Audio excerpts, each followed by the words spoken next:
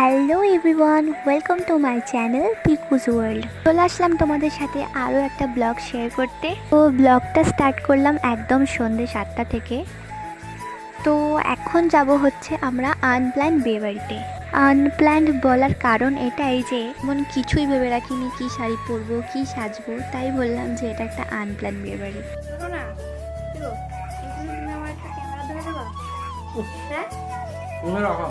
কোথায় রাখবো? তো যাই হোক, তারপরে পুকুর পাপাকে বলছিলাম আমার ক্যামেরাটা একটু দূরে দিতে, যাতে ভিডিওটা আমি একটু ভালো করে বানাতে পারি। কিন্তু শুনতেই পেলে যে তোমরা কি বললো। তো যদিও বিয়েবাড়ি হঠাৎ করে যাচ্ছি, কিন্তু সেজে তো ভালো করে যেতে হবে। তো তার জন্য এখন ফেস ওয়াশ দিয়ে মুখটা ভালো করে ধুয়ে একদম তোমাদের সামনে শাড়ি পরে রেডি হয়ে চলে এসেছি। তো তারপরে একটুখানি সাজুগুজু করব।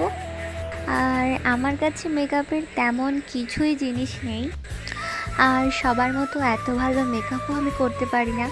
এই যেইটুকুনি পারি সিম্পলি একটু মেকআপ করি আর কি। আর আমি ক্যামেরাটা এমন একটা জায়গায় স্ট্যান্ড করেছি যে বারবার ফোনটা পড়েই যাচ্ছে। কি একটা ক্যামেরা ধরার লোভ থাকতো, তাহলে তো আর এমনটা হতো না। যাই হোক, কী আর করা যাবে। আর তারপর তো পুকু ভীষণ বদমাশি করছিল, ভীষণ দুষ্টুমি করছিল, আমাকে একদমই রেডি হতে দিচ্ছিল না। আর অনেকটাই লেট হয়ে গেছিলাম, তো ভীষণই বিরক্ত লাগছিল। আর আমি রেডি হওয়ার আগে পুকুকে রেডি করে দিয়েছিলাম, তো ওকে রেডি করে দিয়েছিলাম বলেই ও যাওয়ার জন্য ভীষণ ছটফট করছে। তো ফাইনালি এই যে সাজুগুজু কমপ্লিট হলো। তো বিয়ে বাড়িতে গেলে তো পারফিউম না দিলে সাজটা একদম ইনকমপ্লিট থেকে যাবে। তো এই যে এই পারফিউমটা আমি ইউজ করব। আমার কাছে অনেকগুলো পারফিউম আছে, কিন্তু এই পারফিউমটা আমার কাছে অনেকটা ফেভারিট। তো লাস্টে দেখলাম যে আমি চুড়ি পরতেই ভুলে গেছিলাম। তো ফাইনালি দেখো চুড়িগুলোও পরে নিয়েছি। কেমন লাগছে আমাকে অবশ্যই জানিও।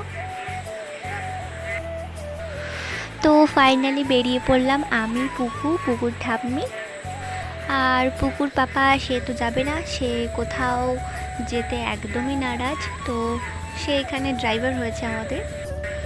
তো এই যে বিয়েবাড়ির সামনে আমাদেরকে পুকুর পাপা নামিয়ে দিয়ে সে চলে গেছে। তো ফাইনালি চলে এসেছি বিয়েবাড়িতে।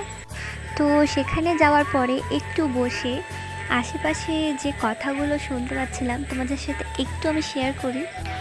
যেমন এত বাজে বিয়েবাড়ি এর আগে কখনো দেখিনি, বিয়েবাড়ির এত বাজে খাবার কখনো খাইনি, এই ডালে নুন কম, মাংসতে ঝাল বেশি, এই রকম মোটামুটি প্রত্যেক কথায় খুঁত ধরছিল কিছু লোকেরা।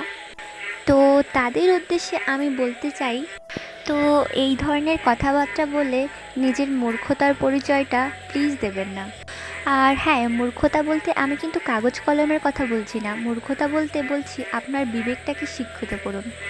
তো একটা ছেলের বা একটা মেয়ের যখন বাড়িতে বিয়ে হয়, তো তার মা বাবারা তাদের সবটুকু সঞ্চয় কিন্তু সেখানে উজাড় করে দেয় তাদের আত্মীয়দের আপ্যায়ন করতে। অনুষ্ঠান বাড়িতে রান্নাবান্নার কাজ একজনের, প্যান্ডেলের দায়িত্ব আর একজনের। তো সবাই সবার কাজ কিন্তু ভালো মতোই করার চেষ্টা করে, কেউ চায় না ইচ্ছা করে যে তার কাজে ভুল হোক। আর এত এত লোকের মধ্যে যদি সামান্য ভুল ত্রুটি হয়ে থাকে সেটা তো স্বাভাবিক। আচ্ছা ভাবুন তো একবার যে আপনার বাড়িতে অনেক বড় অনুষ্ঠান আর আপনার বাড়িতে আপনাদেরই আত্মীয় এসে এরকম নিন্দাবান্দা করছে, তখন আপনার কেমন লাগবে? নিশ্চয়ই ভালো লাগবে না, তাই না? তো যাই হোক, আর কি বলবো। তো তারপরে আমরা একটু এদিক ওদিক ঘুরে চলে গেলাম খেতে। তো এই যে আমরা সবাই মিলে খেতে বসে পড়েছি। সবাই মিলে বলতে এই যে আমার পাশে যে আছে সে হচ্ছে আমার একটা ননদ, আর সামনে বসে আছে আমার শাশুড়ি, আর পুকু গেছে একটু ওর দাদার সাথে ঘুরতে।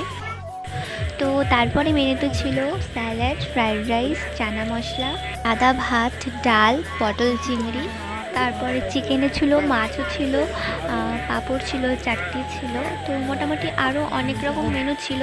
যেহেতু ভিডিওটা আমি পরে এডিটিং করছি, তো আমার এখন সবগুলো মনে নেই। আর হ্যাঁ, লাস্টে কিন্তু একটা আইসক্রিম দিয়েছিলো, যেটা আমার খুবই ভালো লেগেছিলো। তো এই যে ফাইনালি বাড়ি চলে এসেছি, আমাদের ড্রাইভার গিয়ে আমাদেরকে নিয়ে এসেছিলো। তো এখন আমি অনেকটা টায়ার্ড হয়ে গেছি। আর আজকের ব্লগটা এখানেই শেষ করলাম। সবাই ভালো থেকো, সুস্থ থেকো। দেখা হচ্ছে তোমাদের সাথে আবার নেক্সট ব্লগে।